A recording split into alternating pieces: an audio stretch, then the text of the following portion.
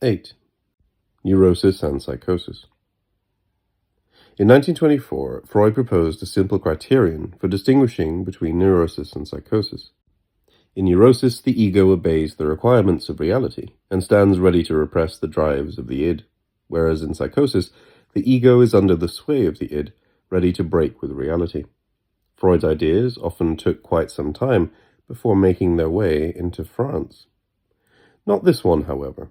That same year, Capgras and Carrette presented a case of schizophrenia with a delusion of doubles, where the patient manifested a strong hatred for her mother and an incestuous desire for her father, but under conditions of reality loss where the parents were lived as false parents or doubles.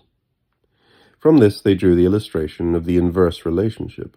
In neurosis, the object function of reality is preserved, but on condition that the causal complex be repressed. In psychosis, the complex invades consciousness and becomes its object, at the price of a repression that now bears on reality itself or the function of the real. Doubtless Freud was merely insisting on the schematic character of the distinction, for the rupture is also found in neurosis with the return of the repressed, hysterical amnesia, obsessional cancellation, while in psychosis a regaining of reality appears along with delirious reconstruction. The fact remains that Freud never dropped this simple distinction. And it seems important that, following an original path, Freud encounters again an idea dear to traditional psychiatry, that madness is fundamentally linked to a loss of reality. Thus, there is a convergence with the psychiatric elaboration of the notions of dissociation and autism. Hence the reason, perhaps, for the rapid diffusion that the Freudian account enjoyed.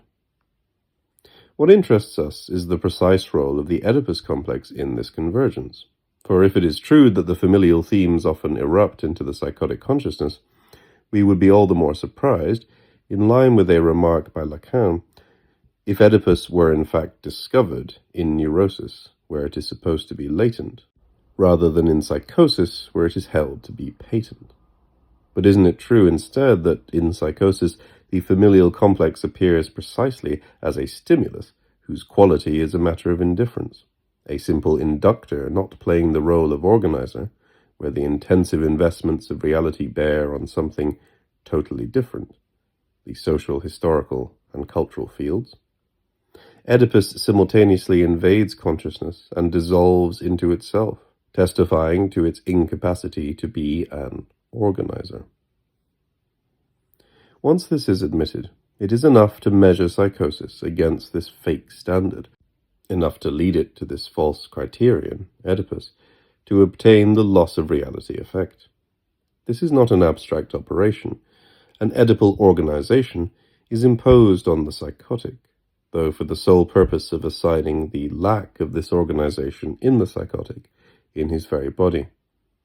It is an exercise in naked flesh, in the depths of the soul. The psychotic reacts with autism and the loss of reality. Could it be that the loss of reality is not the effect of the schizophrenic process, but the effect of its forced Oedipalization, that is to say, its interruption? Must we correct what we were saying a little earlier, and suppose that some tolerate Oedipalization less well than others? Thus the schizo would not be ill within the Oedipus complex. From an Oedipus arising all the more in his hallucinated consciousness, as he lacked it in the symbolic organization of his unconscious. On the contrary, he is ill because of the Oedipalization to which he is made to submit, the most somber organization, and which he can no longer tolerate, he who has gone on a distant journey. As though one were constantly bringing back home the person capable of setting whole continents and cultures adrift, he is not suffering from a divided self or a shattered Oedipus, but on the contrary, from having been brought back to everything he had left. A drop in intensity to the body without organs equals zero, autism. The schizo has no other means of reacting to this blocking of all his investments of reality. The barrier is placed before him by the edible system of social and psychic repression. As Laing says, they are interrupted in their journey. They have lost reality. But when did they lose it? during the journey or during the interruption of the journey. Hence another possible formulation of an inverse relationship. There will be something like two groups, the psychotics and the neurotics, those who do not tolerate Oedipalization and those who tolerate it and are even content with it and evolve within it. Those on whom the Oedipal imprint does not take and those on whom it does. I believe my friends cast off in a group at the start of the new age with forces for a practical explosion that thrust them into a paternalistic deviation that I find depraved. A second group of loners, of which I am a part, doubtless constituted by centers of collarbones, was deprived of any possibility of individual success at the moment they were engaged in laborious studies in innate science. With regard to them, my rebellion against the paternalism of the first group placed me, from the second year, in a socially difficult position that was growing more and more suffocating. So, do you believe these two groups are capable of being joined? I am not too angry with these bastards of virile paternalism. I am not vindictive. In any case, if I have won, there will be no more struggles between the father and the son. I am speaking of God's people, naturally, not of those close to him who take themselves for his people. Jacques Besse, La Grande Pâque. It is the recording of desire on the increate body without organs, and the familial recording on the socius, that are in opposition throughout the two groups, the innate science in psychosis and the neurotic experimental sciences, the schizoid eccentric circle and the neurosis triangle. On a more general level, it is the two kinds of use made of synthesis that are in opposition. On the one hand, there are desiring machines, and on the other, the Oedipal narcissistic machine. In order to understand the details of this struggle, it must be borne in mind that the family relentlessly operates on desiring production, inscribing itself into the recording process of desire, clutching at everything. The family performs a vast appropriation of the productive forces. It displaces and reorganizes in its own fashion the entirety of the connections and the hiatuses that characterize the machines of desire. It reorganizes them all along the lines of the universal castration that conditions the family itself. A dead rat's ass, says Artaud, suspended from the ceiling of the sky. But it also redistributes these breaks in accordance with its own laws and the requirements of social production.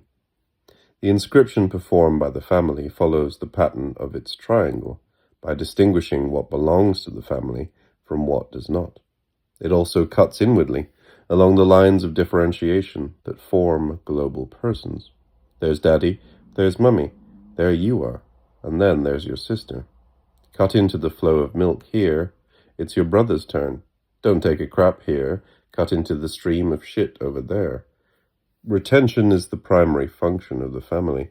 It is a matter of learning what elements of desiring production the family is going to reject, what it is going to retain, what it is going to direct along the dead-end roads leading to its own undifferentiated, the miasma, and what, on the contrary, it is going to lead down the paths of a contagious and reproducible differentiation. For the family creates at the same time its disgraces and its honors, the non-differentiation of its neurosis and the differentiation of its ideal, which are distinguishable only in appearance. While this is taking place, what is desiring production doing? The retained elements do not enter into the new use of synthesis that imposes such a profound change on them without causing the whole triangle to reverberate. The desiring machines are at the door. They make everything shake when they enter. Moreover, what does not enter causes perhaps even more vibrations to be felt. The desiring machines reintroduce or attempt to reintroduce their deviant cuts and breaks. The child feels the task required of him. But what is to be put into the triangle? How are selections to be made? The father's nose or the mother's ear? Will that do? Can that be retained? Will that constitute a good Oedipal incision? And the bicycle horn? what is part of the family? It is the triangle's job to vibrate, to resonate, under the pressure of what it retains as much as what it thrusts aside. Resonance, here again, either muffled or public, disgraceful or proud, is the family's second function. The family is at the same time an anus that retains, a voice that resounds, and a mouth that consumes. Its very own three syntheses, since it is a matter of connecting desire to the ready-made objects of social production. Go buy Madeleines in Cambrai if you really want to feel the vibrations. We now come to the realization that the simple opposition between the two groups is inadequate, an opposition that would allow one to define neurosis as an intra-Oedipal disorder and psychosis as an extra-Oedipal escape. It is not even enough to state that the two groups are capable of being joined. Rather, it is the possibility of discriminating directly between the two that creates the difficulty. How can we distinguish between the pressure that familial reproduction exercises on desiring production and the pressure that desiring production exercises on familial reproduction? The Oedipal triangle vibrates and trembles, but is this in terms of the hold over the machines of desire that it constantly guarantees itself, or in terms of these machines that escape the Oedipal imprint and cause the triangle to release its grip? Where does the resonance of the triangle reach its limit? A familial romance expresses an effort to save the Oedipal genealogy, but it also expresses a free thrust of non-Oedipal genealogy. Fantasies are never pregnant forms, but border or frontier phenomena, ready to cross over to one side or the other. In short, Oedipus is strictly undecidable. It can be found everywhere, all the more readily for being undecidable. And in this sense, it is correct to say that Oedipus is strictly good for nothing. Let us turn to the beautiful story of Gérard de Nerval. He wants Hurley, his fondest love, to be the same as Adrienne, the little girl of his childhood. He perceives them as identical. And Hurley and Adrienne, both in one, are his mother. Will it be said that the identification, as a perceptual identity, is here a sign of psychosis? One then encounters the criterion of reality. The complex invades the psychotic consciousness only at the price of a rupture with the real. Whereas in neurosis, the identity remains that of unconscious representations and does not compromise perception. But what is there to gain from inscribing everything in Oedipus, even psychosis? One step further, and Hurley, Adrienne, and the mother are the virgin. Nerval seeks the point where the vibration of the triangle is at its limit. You are simply seeking for drama, says Hurley. Everything is not inscribed in Oedipus, without everything at its extreme, fleeing beyond the reach of Oedipus. These identifications were not identifications with persons from the viewpoint of perception, but identifications of names with regions of intensity that provide the impetus toward other still more intense regions, stimuli of one sort or another that set in motion another journey altogether, stases that prepare for other breakthroughs, other movements where the mother is no longer encountered, but the Virgin and God. And twice I have crossed and conquered the Acheron. Thus the schizo will accept the reduction of everything to the mother, since it is of no importance whatsoever. He is sure of being able to make everything rise again from the mother, and to keep for his own secret use all the virgins that had been placed there. Everything can be converted into neurosis, or warped out of shape into psychosis. It is therefore not in this fashion that the question must be posed. It would be inaccurate to maintain an Oedipal interpretation for the neuroses, and to reserve an extra Oedipal explanation for the psychoses. There are not two groups. There is no difference in nature between neuroses and psychoses. For in any case, desiring production is the cause, the ultimate cause of both the psychotic subversions that shatter Oedipus or overwhelm it, and of the neurotic reverberations that constitute it. Such a principle takes on its full meaning if it is related to the problem of actual factors. One of the most important points of psychoanalysis was the evaluation of the role of these actual factors, even in neurosis, insofar as they are distinguishable from the familial infantile factors. All the major dissensions were linked to this evaluation. The difficulties bore on several aspects. First, the nature of these factors. Were they somatic, social, metaphysical? Were they the famous problems of living, through which a very pure, desexualized idealism was reintroduced into psychoanalysis? In the second place, the modality of these factors. Did they act in a negative, privative fashion by mere frustration? Finally, their moment, their own time. Was it not self-evident that the actual factor arose afterward and signified recent, in opposition to the infantile, or the oldest factor that could be sufficiently explained by the familial complex? Even a writer like Reich, so careful to situate desire in relation to the forms of social production, demonstrating thereby that there is no psychoneurosis that is not also an actual neurosis, continues to present the actual factors as acting by means of a repressive deprivation, the sexual stasis, and as arising afterward, which leads him to maintain a kind of diffuse Oedipalism, since the stasis, or the actual privative factor, only defines the energy of the neurosis, but not the content that for its own part refers to the infantile Oedipal conflict, this old conflict becoming reactivated by the actual stasis. But the Oedipalists are not saying anything different from this when they remark that an actual deprivation or frustration cannot be experienced except in the midst of an older internal qualitative conflict which blocks not merely the roads prohibited by reality, but also those that reality leaves open and that the ego forbids itself in its turn, the double impasse formula. Could one find examples, illustrating the diagram of actual neuroses, in the prisoner or the concentration camp victim, or the worker harassed by work? It is not certain that they would furnish a large quota. Our systematic tendency is not to accept the evident iniquities of reality without taking stock of them, without trying to disclose in what sense the disorder of the world is manifested in the subjective disorder, even if it is, with the passing of time, inscribed within more or less irreversible structures. Jean Laplanche, La réalité dans la névrose et la psychose, 1961.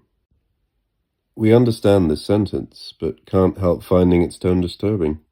The following choice is imposed on us. Either the actual factor is conceived in a totally exterior privative fashion, which is an impossibility, or it descends into an internal qualitative conflict that is necessarily understood in relation to Oedipus.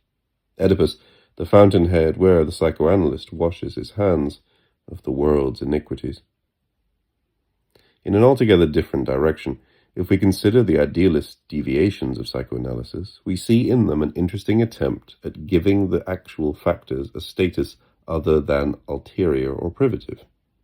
This came about as two concerns were found to be linked in an apparent paradox. For example, in Jung, the concern for curtailing the interminable cure by addressing oneself to the present or actual state of the disorder, and the concern for going further than Oedipus, even further than the pre-Oedipal, for going much further back, as if what was most actual was also the most primary, the shortest, the furthest removed. Jung presents his archetypes as actual factors that extend, in fact, beyond the familial images in the transference, as well as being archaic factors infinitely older and from an order of time which is not that of the infantile factors themselves. But nothing has been gained thereby, since the actual factor ceases to be privative only provided it enjoys the rights of the ideal, and does not cease to be an afterward except by becoming a beyond, which must be signified anagogically by Oedipus instead of depending on it analytically. This necessarily results in the reintroduction of the afterward in the temporal difference, as the astonishing distribution proposed by Jung attests. For the young, whose problems concern the family and love, Freud's method. For those less young, whose problems have to do with social adaptation, Adler. and Jung for the adults and the old people whose problems have to do with the ideal. And we have seen what remains common to Freud and Jung, the unconscious always measured against myths, and not against the units of production, although the measuring is done in two contrary directions. But what does it matter, after all, if morality or religion find an analytical and regressive meaning in Oedipus, or if Oedipus finds an anagogical and prospective meaning in morality or religion? We maintain that the cause of the disorder, neurosis or psychosis, is always in desiring production, in its relation to social production, in their differing or conflicting regimes, and the modes of investment that desiring production performs in the system of social production. The actual factor is desiring production insofar as it is caught up in this relationship, this conflict, and these modalities. Nor is this factor either ulterior or privative. Being constitutive of the full life of desire, it is contemporary with the most tender age, and it accompanies this life with every step. It does not arise after Oedipus.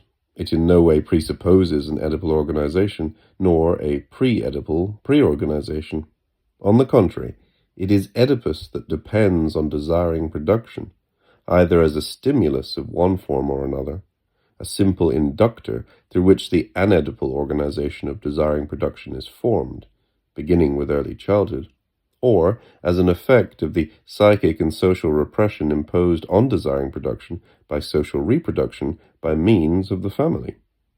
The term actual is not used because it designates what is most recent, and because it would be opposed to former or infantile. It is used in terms of its difference with respect to virtual. And it is the Oedipus complex that is virtual, either inasmuch as it must be actualized in a neurotic formation as a derived effect of the actual factor, or inasmuch as it is dismembered and dissolved in a psychotic formation as the direct effect of this same factor. It is indeed in this sense that the idea of the afterward seemed to us to be a final paralogism in psychoanalytic theory and practice.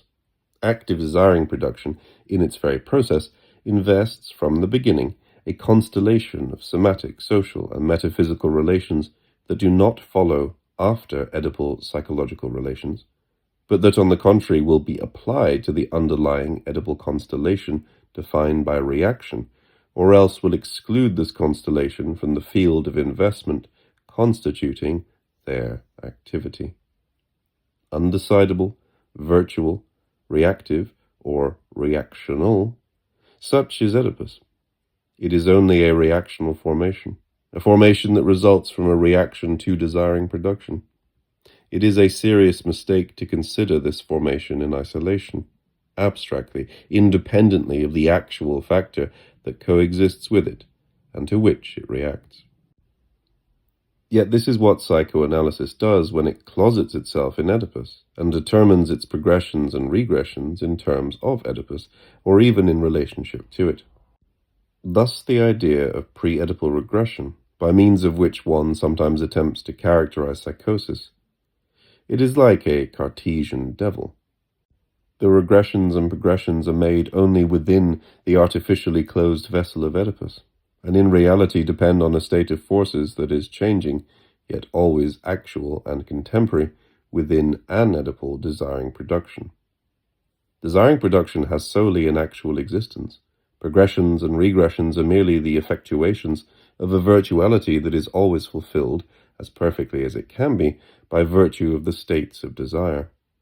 Rarely have psychiatrists and psychoanalysts been able to establish a really inspired direct relationship with either child or adult schizophrenics.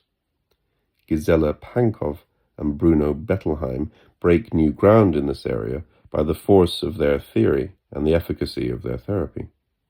It is not by chance that both of them call into question the notion of regression. Taking the example of the bodily cares administered to a schizophrenic, massages, baths, swathings, Gisela Pankow asks if it is a matter of reaching the invalid at the point of his regression, in order to give him indirect symbolic satisfactions that would allow him to resume a progression, to take up a progressive pace. It is not at all a question, she says, of administering care that the schizophrenic presumably did not receive when he was a baby. It is a question of giving the patient tactile and other bodily sensations that lead him to a recognition of the limits of his body. It is a question of the recognition of an unconscious desire and not of this desire's satisfaction. Recognizing the desire is tantamount to setting desiring production back into motion on the body without organs, in the very place to which the schizo had retreated in order to silence and suffocate this production. This recognition of desire, this position of desire, this sign, refers to an order of real and actual productivity that is not to be confused with an indirect or symbolic satisfaction, and that, in its stops as in its starts, is as distinct from a pre-Oedipal regression as from a progressive restoration of Oedipus.